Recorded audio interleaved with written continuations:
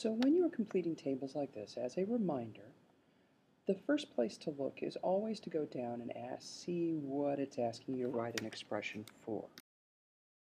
In this case, it says, write an expression, define a variable for the number of weeks you have been saving. That, the thing I'm defining a variable for, is always the first quantity name. So the number of weeks you have been saving.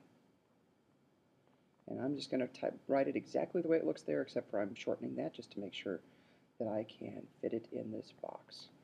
Kind of hard to write with this pen sometime. And then it says, use this variable to write a rule for the amount of money you have in the bank. So that's the thing that goes into the second box, the amount of money you have in the bank.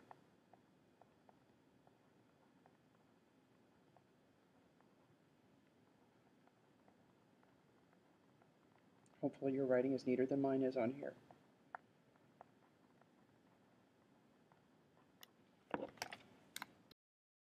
It wants to know the units. Well, how do I count the number of weeks? It's weeks would be my unit.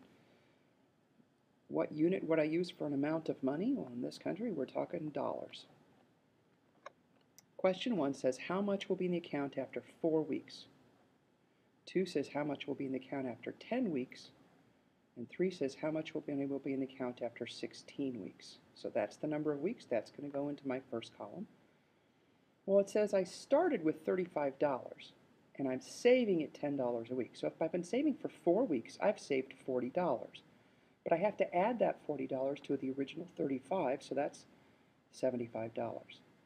If I've been saving 10 weeks at $10 a week, I've saved $100, but I have to add that to the original 5 for the original 35.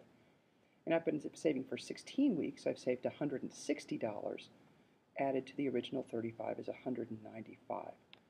Now the expression, this is going to be my variable. Since it's weeks, I'm going to use W. I could use X. They don't want me to use Y here. And then, what did I do every time to calculate? I took 10 times the number of weeks to see how much I'd saved, but then I added it to the $35 that I started with. So that is what you're doing on Learning Target 2.1.